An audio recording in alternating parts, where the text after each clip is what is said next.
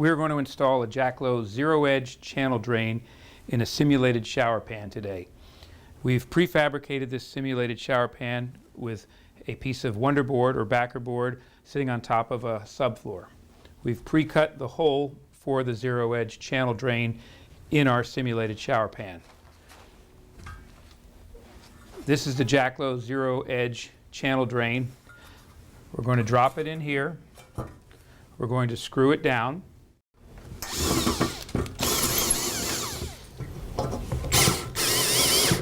I've put gloves on my hands because it makes it much easier to clean your hands up afterwards, and it's really not a good idea to get mastic or adhesive in your skin. Some of this materials, depending on what you can use, can be caustic and can be something you don't want put on your hands.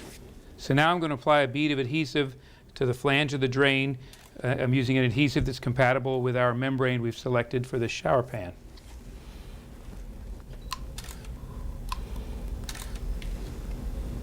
Now I'm going to use the fine trowel I've selected to apply mastic to my backer board, which then I will put down my waterproof membrane on top of.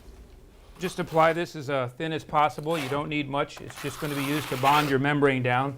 So the thinner the coat you use, the easier you'll have and the simpler job will be to apply your membrane and not have any lumps left in it.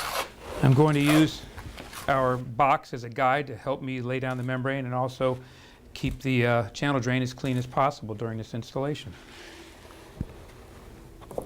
I'm now going to lay down my waterproof membrane.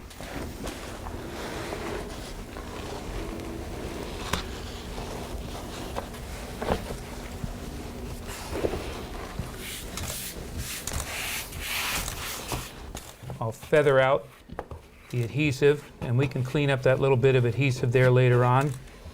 But this is an important seal, that you get the flange securely bonded to the membrane. I'm going to staple the membrane to my simulated wall while we tile this. I've pre-cut some tiles to fit inside this grate here, and I've used some shims underneath it just to get the level. You'll have to change those shims, and depending on what tile thickness, or you may not even have to use shims if you get the proper tile in there. This is an example of a regular grate here.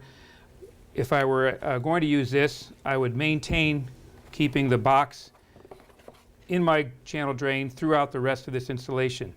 However, today we're going to put the tile grate in, and it's much easier to line your finished tiles around the tile grate if you're using it as a guide. Again, just be careful with your mastic, and you can clean this stuff up afterwards. Okay, we're going to begin putting the mastic down to put our tiles in.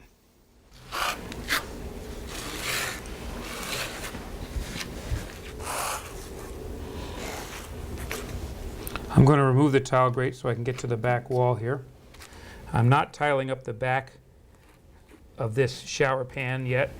And again, using the tile grate, it's just simpler to use this as a guide and line up your tiles than the box. If you were using the regular grate, stainless grate, you'd leave the box in here. I'm starting in this corner because it'll be easier to work out from that corner, and I really want to line things up around my tile grate to make things look nice and even.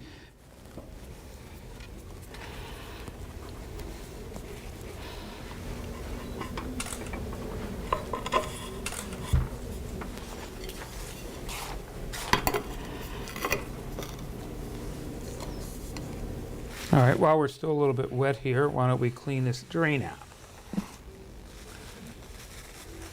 As I said earlier, we're going to use the tile grate here to give that nice uniform, sort of minimalistic look here in this setup.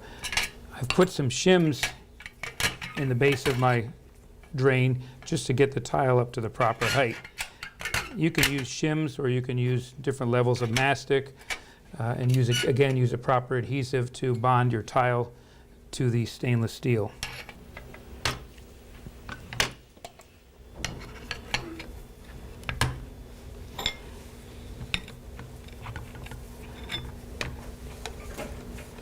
And again, this edge here can be finished in with a colored adhesive or colored silicone to make it a nice finished edge to match your grout.